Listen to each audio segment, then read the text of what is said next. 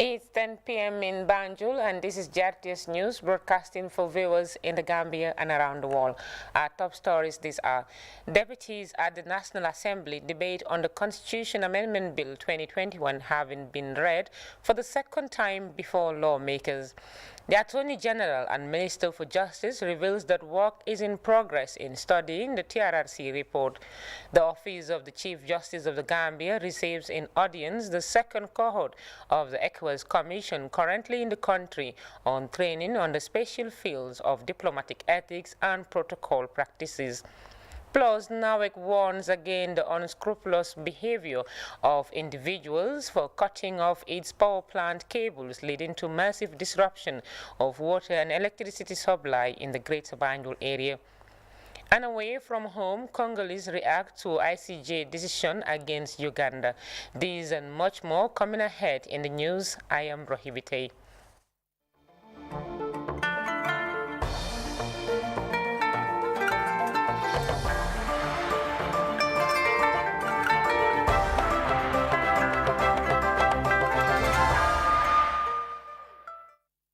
Many thanks for joining us. Deputies at the National Assembly have suspended the debate on the Constitution Amendment Bill 2021 till next week, having been read for the second time before lawmakers at the legislative chambers. As Family Baji reports, the bill seeks to amend the 1997 Constitution by enlarging the composition of the National Assembly and providing the reservation of specific seats for women and persons with disabilities. The unprecedented presence of women in the legislative chambers shows how much women are concerned about this bill. Parliamentarians went straight to work after the NAM for Banjul South to Manjai opened the floor for discussions on the Women's Amendment Bill. Deputies delivered divergent views on the bill, with some endorsing it for the broad advantage it grants to the younger generation. Madam Speaker, as elected representative, there is nobody in this parliament who is not voted into this parliament by women. We have never seen anywhere where we talk of by-pumping, but we always rely on DCI pumping to get our votes. So for that being the case, I am calling on all honorable members to support the bill. I am in full support of this affirmative action to make it possible for women to play their role in managing the affairs of our country within the realms of this fundamental institution. Other deputies were more concerned on the procedural and the constitution implications of the bill. I want the mover and the National Assembly, let us not all be ambitious, over-ambitious, and the RTS is a very big, very good one. But let's consider the due process and have the best with all this consideration from me. And I know others are going to bring other considerations. But there is no provision in the Constitution which says that women are going to be disenfranchised. The Constitution is very clear about participation in the political life of one's country. There exists a level playing field for all and sundry. If men have the audacity to throw in their hearts, women are also availed the same opportunity to also come into the ring and wrestle. You've already talked about 30%. And I'm hearing 14 members. Is that what you want? You've already have a law which needs implementation. If need, it should impact on constitutional reform. What are you fighting for? It's left to you. But it's not you, it's also me. As all of us have said, we are all brought into this world by a woman. And we can never be superior to that woman, notwithstanding. It's a progressive move, and it shows what Parliament can do through private members' bill. And we believe that this will impact. We've seen a number of private members' bill, we can see what Parliament is capable of doing. We believe that all these moves will now impact on the development of our Parliament as the theater for considering what improves the lives of our people, defend their fundamental rights, enlarge their freedom, and enhance their prosperity. After lengthy deliberations by the parliamentarians on the bill, discussions were suspended until next week. The passing of the Women's Bill is expected to guarantee fair and increased participation of women and persons with disabilities in the conduct of public affairs in the Gambia. Farmer Abaji, TRRC News. The Attorney General and Minister for Justice, Dauda Jallow, has revealed that work is in progress in studying the TRRC report. He assured Gambians that his ministry will deliver the white paper on time, saying that the ministry and development partners are working closely to study the TRRC report, noting that they have only 6 months left for them to submit the government position on the TRRC report. Here is an excerpt. There is a component on prosecution. They've recommended about 69 people to be prosecuted for different kind of offenses. There is a component on reparation. That is, some of the victims need to be paid some monetary compensation. TRRC have already developed a reparation policy, sort of, and they've been working on that. It is based on those, and guidelines even, based on those principles or policy documents they've developed, they started paying. They've started administering some form of reparation to some victims. Of course, there is a lot of complaints that the amounts that they have set for various kinds of injuries, and when I say injuries here, not physical, but people who have been injured, whose rights have been violated, there are various amounts that they have allocated as quantum of compensation for various degrees of suffering that different victims have suffered. Some people are not happy with it. But our response to that is government is not going to play a role in determining how much what a particular victim will receive. We don't want to be involved in that. So that is the reason why this institution that we'll be creating will be given that mandate to reassess. Now, if, for example, somebody who lost a relative or loss of life, as it stands, TRRC pegged it at $1 million. So if they have already paid you, say, $1 million, right? And this policy is revised and changed by the successor body and thought that loss of life should be $2 million, you may be entitled to the difference. That's the message I just wanted to say. The Office of the Chief Justice of the Gambia on Thursday received in audience the second cohort of the ECOWAS Commission currently in the country on a training in the special fields of diplomatic ethics and protocol practices. As Khadijat Jallow reports, the training aimed to enhance the capacity of the judiciary staff. Received by the Judicial Secretary Aissatou Jallow C on behalf of the Chief Justice, in her welcoming remark, she gave an overview of how the Gambia's justice system operates. The superior courts are here in this complex. That's the Supreme Court, the Court of Appeal, and the High Court. Some of the High Court judges sit here. But we have, with the decentralization policy of government, we have other high courts in other regions in the country, and we have magistrates courts in all regions. We have specialized courts, which are like rent tribunals, rape tribunals, children's court, industrial tribunal, consumer tribunals. We have environment courts that deal with environmental matters like anti-littering and all this.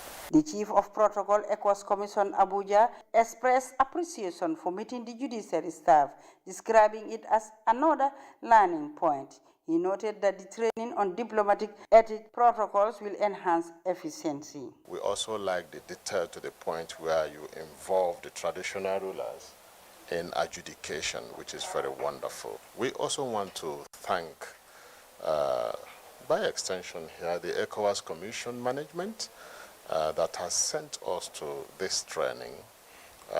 What we have learned here, and I'm very sure that the Commission is going to benefit from, is what you can get from any part of the world. The CEO, Diplomatic Ethic Protocol Consulting, His Excellency Ambassador Ibrahima Usman Dur, said the purpose of the visit is to promote professional partnership with the judiciary in their quest to address gaps and lapses in protocol practice.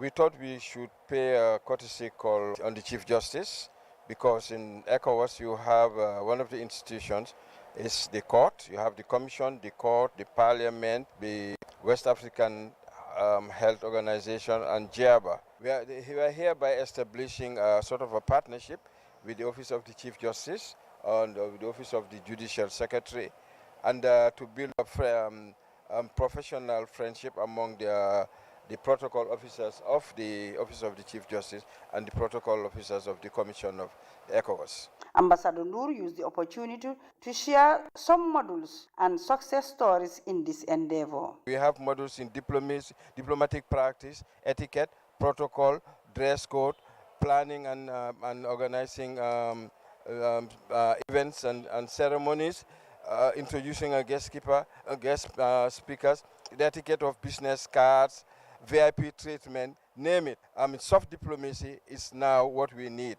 We see all this terrorism and in coup d'etats and so on in our region. By applying, training people in soft diplomacy, this would go a long way in abating such activities. Protocol Officer Omar Jammeh recalled the training he had in 2017, describing it as a move that continued to shape his protocol practice. He explained that training is a continuous process in enhancing standards and efficiency. The second cohort of ECOWAS training on diplomatic ethics protocol practices in the Gambia ends on Monday, 21st February 2022. The consulting agents are looking forward to government, NGOs, and the private sector to embrace the opportunity to train their staff to improve service delivery. Reporting for GRTS News, I am Khadija Jallow. To a press release from the Central Bank of the Gambia, which says the Central Bank of the Gambia acknowledges receipt of a copy of a letter containing corruption allegations against one of its staff who is alleged of receiving badly damaged banknotes amounting to 155 million to change into new notes. It is also alleged that the concerned staff requested for the payment of demurrage of $310,000 as well requested for various sums of money amounting to a total of $11,100,000 on behalf of certain individuals who would facilitate the arrangement to change the money into new notes. It is finally alleged that after all these sums of money were paid to the concerned staff, he failed to issue the new notes as he promised, and as such, a demand for the return of the said amount of $155 million and $11,100,000 was made. According to the release, the central bank has launched an investigation on the matter, and preliminary findings have revealed that the concerned staff has categorically refuted the allegations contained in the letter and has indicated that he is not involved and has no knowledge of that matter.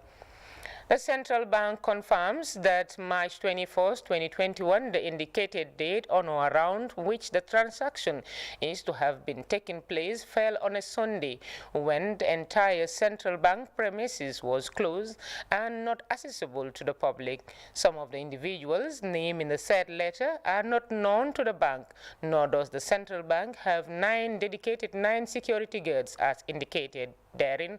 According to the media dispatch, the amount of 155 million could not have been brought to the central bank without the knowledge of any other individual apart from the staff concerned.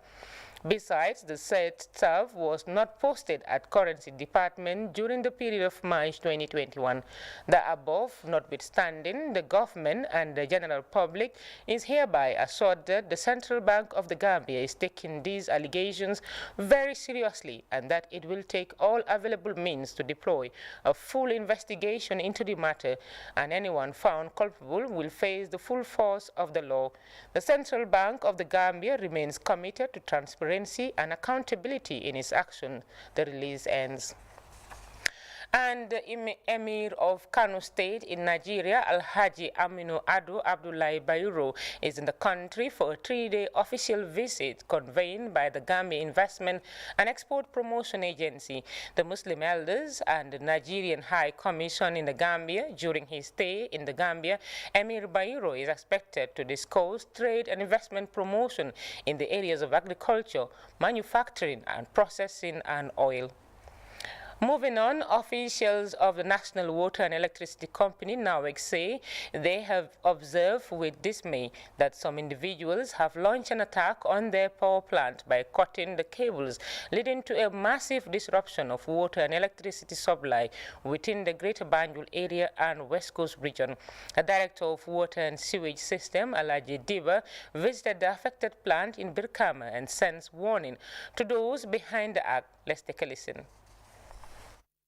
This is not the first time we are experiencing this kind of vandalism in our production borehole. This particular borehole is giving about 90,000 liters an hour. Somebody just came in and cut a piece of maybe 3.5 meters to 4 meters of cable, get the borehole stopped since 6 o'clock yesterday to today. You can do the simple arithmetic. This is a lot of water that we've been losing, because 90 cubic meters an hour is a lot of water that the whole population and the communities have been losing. For reasons we're still trying to find out what these people are doing. I know our understanding is that for copper or whatever material they are looking for, we have done everything possible. You will see that the cable is bedded. You cannot see it physically outside. This particular person have to go and break the lock and enter inside just to cut a piece of 3.5 meters, take it away and stop the whole operation, just for the interest of just making that piece of copper, which I don't think if you weigh it, it will even go over a kilo. So looking at the value of money you get from that and the amount of destruction cannot be equated. It's really, really a big loss for all of us, and then really making our customers suffering for nothing. So we're in trying to address this, I think is a collective responsibility on all of us, because NAWEC as an institution, we are here to serve the communities. So we are having something that is so difficult to control. We have over 81 of these things all over the place. It's not physically or practically physical that we have to put securities of 4-man to control, to watch these things. And then we have put what we can. We put locks. We're making sure cables are not sewn outside. But still, this a particular person or an individual or a group just bending on doing it. We are not experiencing, this is not the first one, and not only on this field. In the Brikana project, there are 17 of these boreholes. This particular one has the capacity to produce over 90,000 liters per hour. So vandalizing this borehole means we are losing a production capacity of over 2 million liters per day.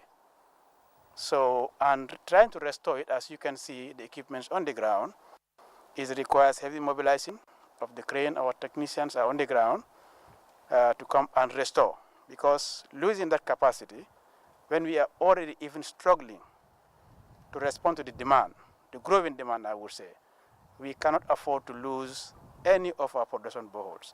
That is why as soon as we get the notice, we go on site, we try to mobilize and work very fast to restore it.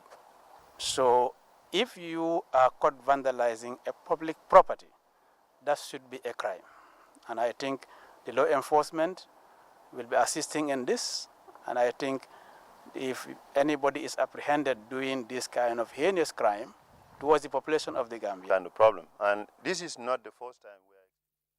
That was Alhaji Diba, the Director of Water Supply and Sewage System, and Maki Jaite, the Water Production Manager, talking to the media about the recent assault on the NAWEC power plant in the west coast town of Birkama.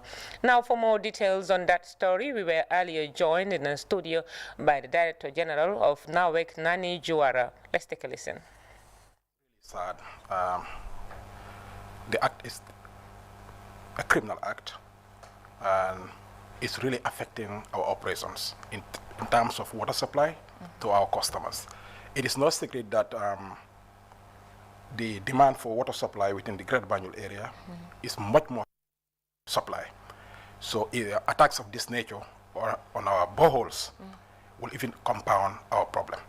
And what we are doing right now is to work with the security services to be able to protect these facilities. These are NAWEC facilities, but of course, the infrastructure is for Gambian people. This normally occurs around remote places, and this is not the first time that NAWEC is experiencing these problems. Is there any effort by the company to provide security to these areas concerning the services that they provide to the nation? Yes, actually these boreholes are located in very remote locations, mainly within the forest. We had a number of boreholes that were within built-up areas that had to be decommissioned for the fact that they were polluted. And that has reduced the amount of water that we could supply to our customers. And on the basis of that, we had to move our production facility right into the forest. So these forested areas are really isolated. Providing physical security would be a challenge because you'll be endangering those security personnel on the ground if they are not armed. But considering the situation right now, yes, we have engaged the National Security Service, and as we speak, for security reasons, I'm not going to disclose some of the actions that we are taking immediately, but we have taken steps to be able to, protect these facilities for the best interest of every Gambian. Is this affecting the entire Greater Banjul area or just some specific areas? Because we're also experiencing a lot of setting of load in terms of power in the Greater Banjul areas. In terms of water supply, yes, it's affecting the entire Greater Banjul area.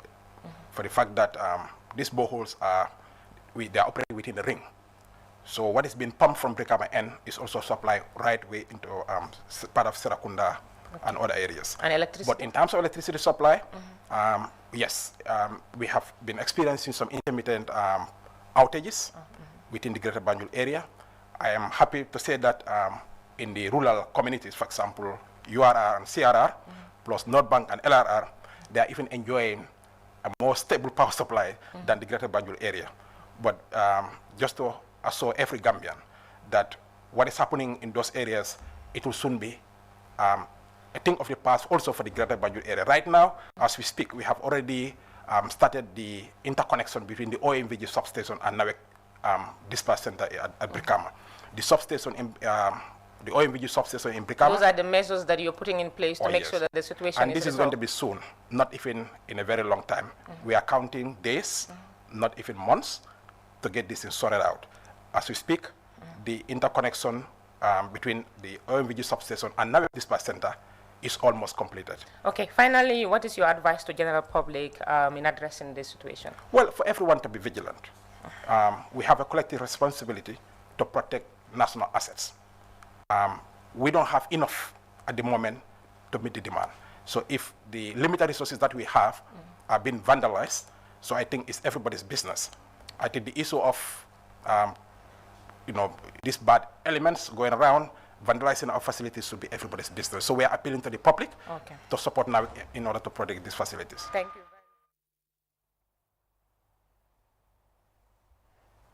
Nani Juara there, the Director General of NAWEC.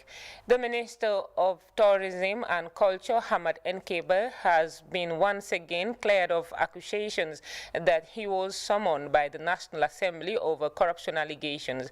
The Standard newspaper on January 24, 2022 has reported that the Tourism and Culture Minister was summoned by the National Assembly over corruption allegations at the Gambia Tourism Board. Well, both the publisher of the paper and the author of the story have apologized to Mr. Ba for the publication, describing their source of information as false. They apologize for reporting that the tourism minister, under the pretext of COVID-19 situation, has connived with his permanent secretary to lay off some staff and went further to sign a contract for ecologists in their absence. The article further accused Mr. Ba of unilaterally removing the GT board chairman for receiving aggrieved staff in audience. All these accusations reportedly contained in a petition submitted to the National Assembly Select Committee on Tourism by the aggrieved staff of the GT board were unfounded. In this light, the Standard newspaper has tendered his unreserved apology to the Minister for any inconvenience the publication may have caused him, and further assured him that the story was not published with malice or ill will against this person. It could be recalled that the spokesperson of the Gambia government has earlier issued a media dispatch refuting the same allegation. The National Nutrition Agency, in collaboration with the Department of Social Welfare and the Department of Community Development, have just wrapped up their nationwide tour. The move is meant to implement the Gambia's Social Safety Net project funded by World Bank and Government of the Gambia. Sheikh Diouf was with the delegation and he now tells us more. Officials of the National Nutrition Agency toured the country with the Social Welfare and Community Development Department to meet beneficiaries of the NAFA Social Safety Net project in the Central and Upper River regions. The NAFA program is designed to promote continuity and harmonization with other social programs by expanding an existing package of cash transfer with SBCC managed by NANA to new districts and regions. In Nanija, CRR North, Said Jawara, a beneficiary, explained the difficulties faced in providing a complete daily meals to his family before the projects arrived, saying he is now able to deliver for the household after starting an animal husbandry venture with the remaining balance offered under the Social Safety Net program. Beneficiaries in Sare Ngaba, Wuli West, such as Jabu Sow, Moli Bari, and Kumba Ba, have been investing in backyard gardening for income thanks to the NAFA project. They are now looking to improve their gardens with more income earning schemes before the end of the project. The team wrapped up the tour in Kerawan, where beneficiaries Faban Kamara and Jambang Dabo are driving successful animal husbandry ventures, while Duta Kamara is only focused on gardening. NANA project manager Usman Dem was overwhelmed as beneficiaries narrated their success stories to the touring delegation. We've seen people try to invest in petty trading, which is also very, very good. We moved to the CRR, where I have seen the biggest stories, to be honest, where almost a whole community is investing in backyard gardenings. And we've seen how beautiful those gardens are, and we hope if they continue like that, they will definitely be resilient using their own backyard gardenings. We've also seen in the same URR, where people also venture into a very unique experience I have seen, which is the animal husbandry. You tell some people, oh, buy a donkey and invest in a donkey. They tell you, what do I need a donkey for? We've seen somebody go in for a donkey and is using the donkey as a means of building resilience.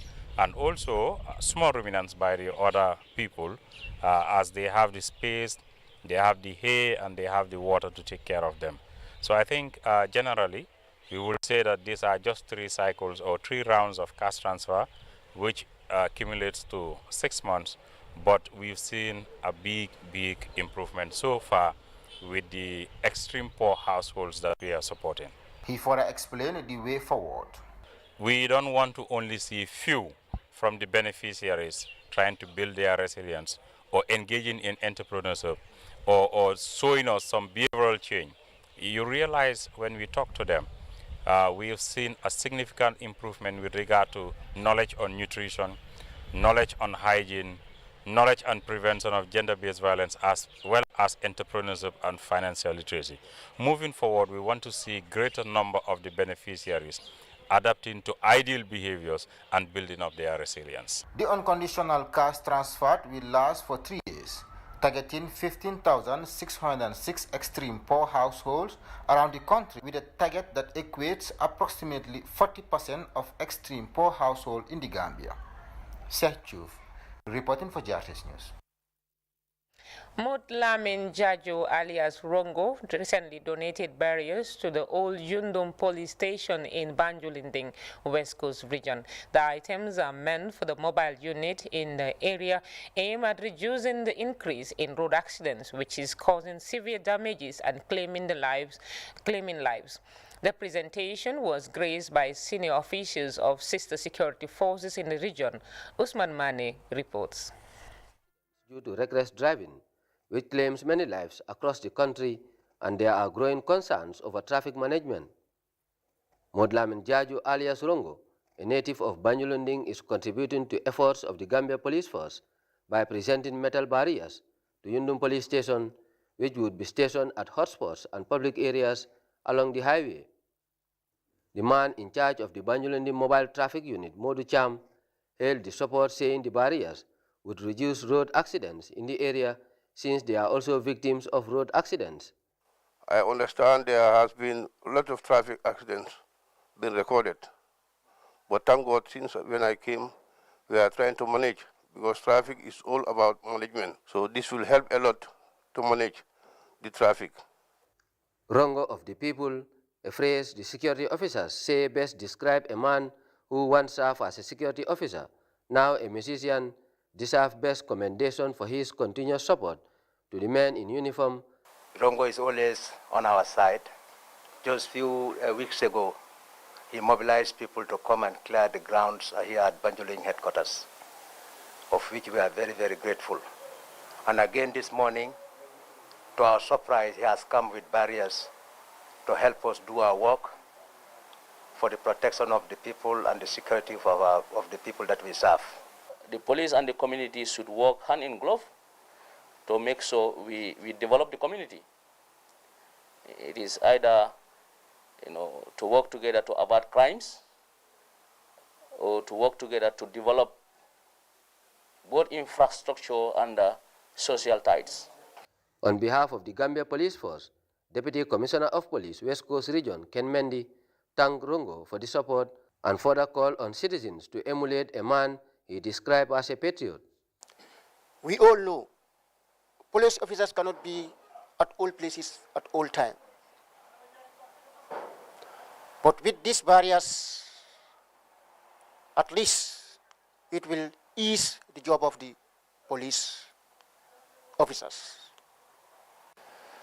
Rongo, once more again, I thank you for this good gesture. And I urge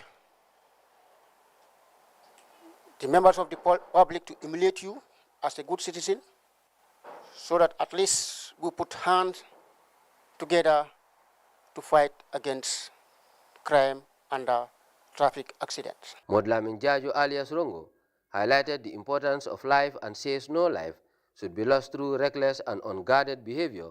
Human life is important, because I get what I have through the people. So if I can save the life of those people, Alhamdulillah Rabbil Alamin. Yeah, I'm very proud of that. Where I would be resourceful with, I don't joke with it. And our lives matter. These barriers will play a very great role, because you don't need, if you go to Europe, police don't stand in roads like that unless and until there is emergency. Simply because of they have the facility to create traffic lights, or they have what they call city scanning or whatsoever. So they organize themselves in that. But here we don't have it. So this is what warrants the police to stand on the road. The community of Banjulunding and all Yundum are happy and appreciative with the efforts of the police and sister forces in the area, and promise to foster cooperation through community policing, says Kairaba Fati of Banjulunding village. Usman Mane, GRTS. Now to take our first break, we'll be back with news from beyond our borders. Do stay.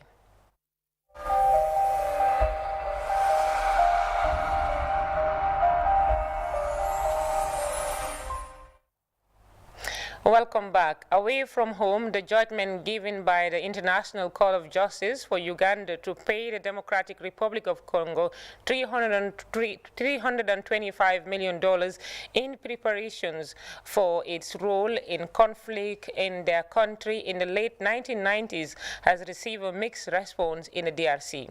The UN's top court delivered its verdict on the long-running dispute on Wednesday in The Hague. CGTN's Chris Ringa has more from Kinshasa. A verdict has been delivered after more than 2 decades of a legal dispute between Uganda and the DRC. The International Court of Justice ordered Uganda to pay the DRC $325 million for its involvement in a conflict in the DRC's northeastern province of Ituri between 1998 and 2003. The total amount due under Point 1 shall be paid in 5 annual installments of $65 million starting on 1 September 2022. The award is a victory for the DRC, But some Congolese are not celebrating because it fell far short of the $11 billion their government had asked for. Que l'invasion ougandaise, le Congo a perdu le minerai. The DRC lost minerals, human lives, and many other things in that invasion by Ugandan troops. I think $325 million as compensation for all that is an insult to the Congolese people. Reparations must always be proportional to the damage caused. Ne donne même pas. Judges at the World Court said the DRC did not provide sufficient evidence to support their claims. Ugandan troops invaded the mineral-rich province of Ituri in 1998 to reportedly fight against rebels hiding along its border with the DRC. But the DRC government accused the troops of supporting rival armed groups and looting the DRC's gold, timber, and coffee. Thousands of people lost their lives and many others were displaced in that conflict. If Uganda can use this money to lead some project in Ituri province, like to build a road, to build a school, hospitals, some electricity also. It will be very better than to give to pay money in the end of some people who can use this very bad. In November last year, Uganda sent troops to the east of the DRC to help the DRC army fight against a notorious rebel group called the Allied Democratic Forces. The DRC government declared martial law in North Kivu and Ituri province last May in an attempt to stop the killing of civilians. But the killings have continued. More than 60 people were killed earlier this month at a displaced people's camp by suspected fighters of a militia group called Codeco. The ruling by the International Court of Justice is meant to offer some relief to the DRC for the loss of lives, the destruction of its infrastructure, and the plunder of its natural resources by Ugandan troops. But there's a sense among some Congolese officials that the sum of $325 million is inadequate, and there are fears that it may not deter other countries from entering the DRC and committing atrocities against the population. Chris Sochamringa, CGTN, Kinshasa, Democratic Republic of Congo. And that report there takes us to the end of the news. But before we take a leave of you, a look at our top stories once again. Deputies at the National Assembly debate on the Constitution Amendment Bill 2021 have been read for the second time before lawmakers. The Attorney General and Minister for Justice reveals that work is in progress in studying the TRRC report. Office of the Chief Justice of the Gambia receives in audience the second cohort of the ECOWAS Commission currently in the country on training on the special field of diplomatic ethics and protocol practices. Plus, NAWEC warns again the unscrupulous behavior of individuals for cutting off its power plant cables, leading to massive disruption of water and electricity supply in the Greater Banjul area. And away from home, Congolese reacted to ICJ decision against Uganda. That's it for this news, the news in this hour. Thanks for the pleasure of your company. And from the entire news team and myself, Rohi Bitey, do have a pleasant night and do stay to GRTS.